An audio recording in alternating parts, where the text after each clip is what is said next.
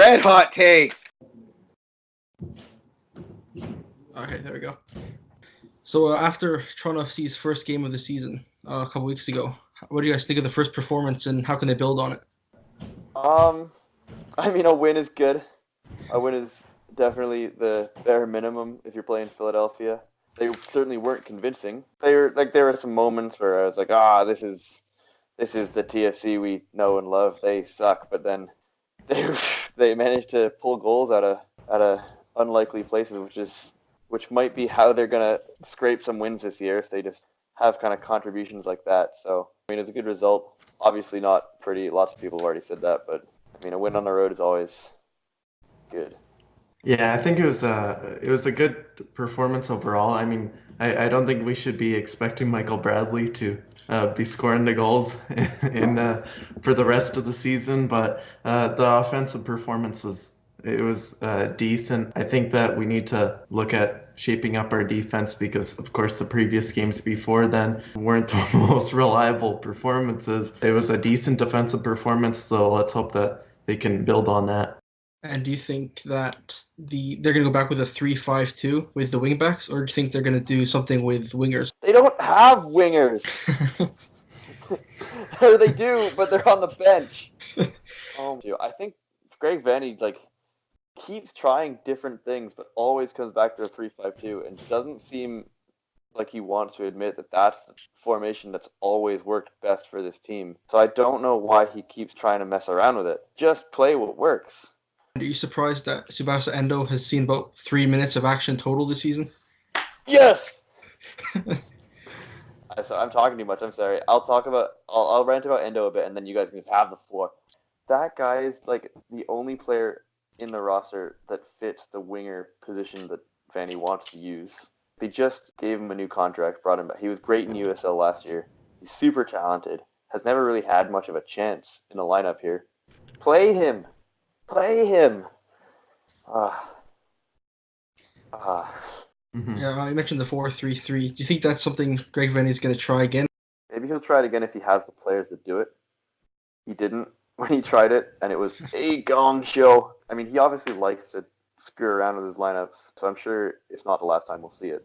I just hope that he kind of tries to find a way to get the best out of the players he does have and not try to push them into a formation that they're not really capable of. One thing that Greg Vanney certainly likes to do is that he'll take a formation that hasn't been working and then he'll be like, okay, let's try it 5 more times and see if it will work if we keep on trying it out. But most of the time it seems to not work.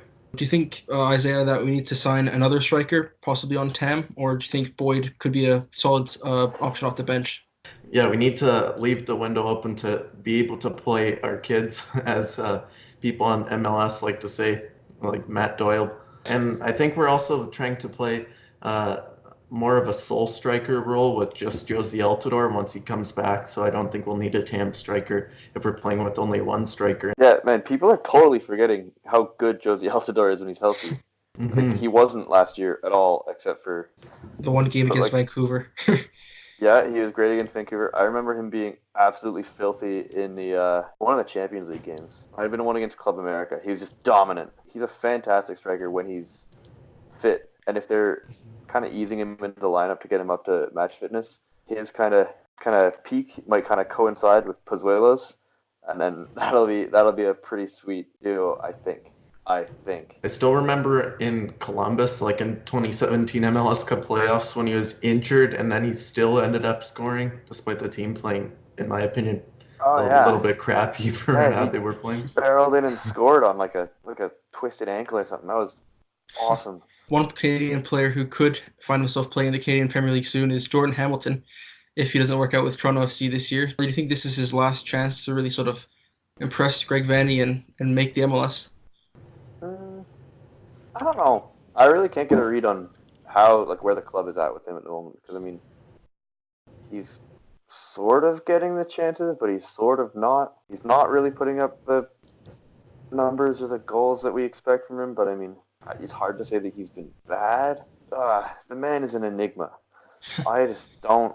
I don't know. Like, what do you think? Like, do you guys think he's done if he doesn't put up this season? Yeah, if they start going in for him, then it's a totally different story.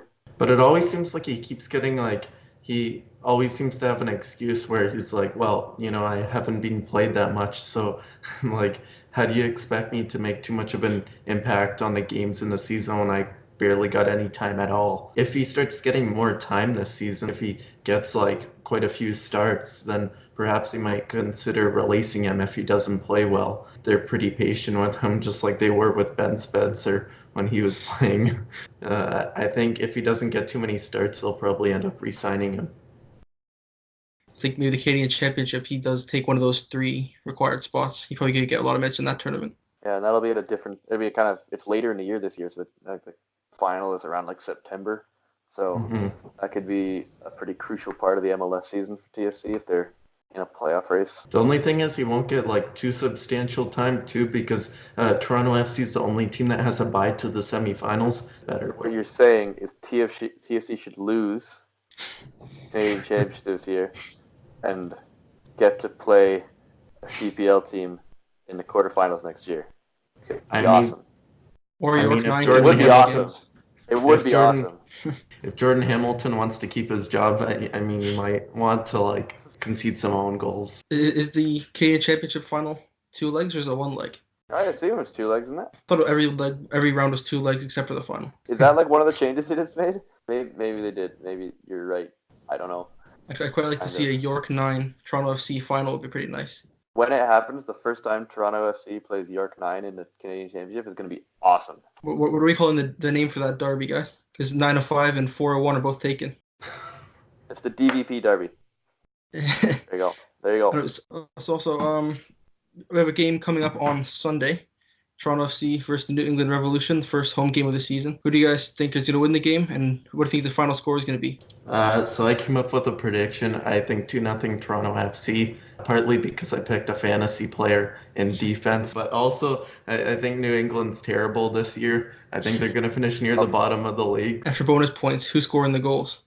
I'd love to say Michael Bradley, 2 goals, but maybe Jordan Hamilton's going to score 1 if he starts, and then let's say Jonathan Osorio so he can earn that team contract.